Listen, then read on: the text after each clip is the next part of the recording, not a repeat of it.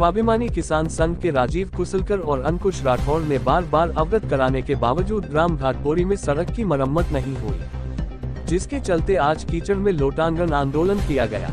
ग्राम पंचायत प्रशासन द्वारा गांव की सड़क का निर्माण तक नहीं कराए जाने से नागरिकों ने ग्राम पंचायत के खिलाफ रोष व्यक्त किया।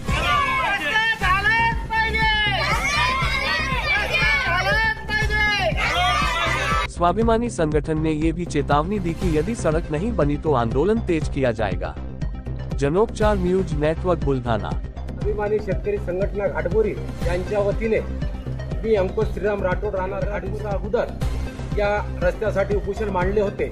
मला लेखी आश्वासन मिळून असताना अजूनही या रस्त्याचं काम झालं नाही।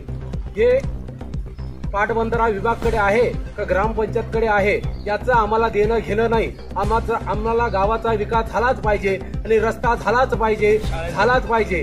या ठिकाणी जिल्हा परिषद माध्यमिक शाळा तसेच डोंबळे कानिवली शाळा या घाटबोरीमध्ये असताना या गावाची अशी दुर्गती झाली आहे की गावात रस्त्यानं काय तर कुठंच चालते येत नाही अशी या गावाची अवस्था झाली आहे। तरी आम्हाला न्याय मिळावा आम्ही स्वाभिमानी शेतकरी संघटनातर्फे उजूक आव्हान देतो की याच्यानंतर हा अतिशय काम नाही झालं तर आम्ही उपोषणाचा मोठा हत्यार उपसण्याच्या तयारीत या 2 दिवसात आहे।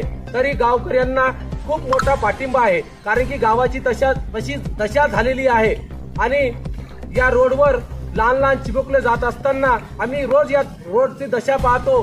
कुठं पडतात कुठं काय कोणाला जाव वाटत नाही रस्त्यानं। या रस्त्याचं अशी व्यवस्था आहे आणि घाटबोरी ग्रामपंचायत ज्याच्यावर लक्ष देत नाही तसेच पाटबंधारा विभाग याच्याकडे दुर्लक्ष करत आहे।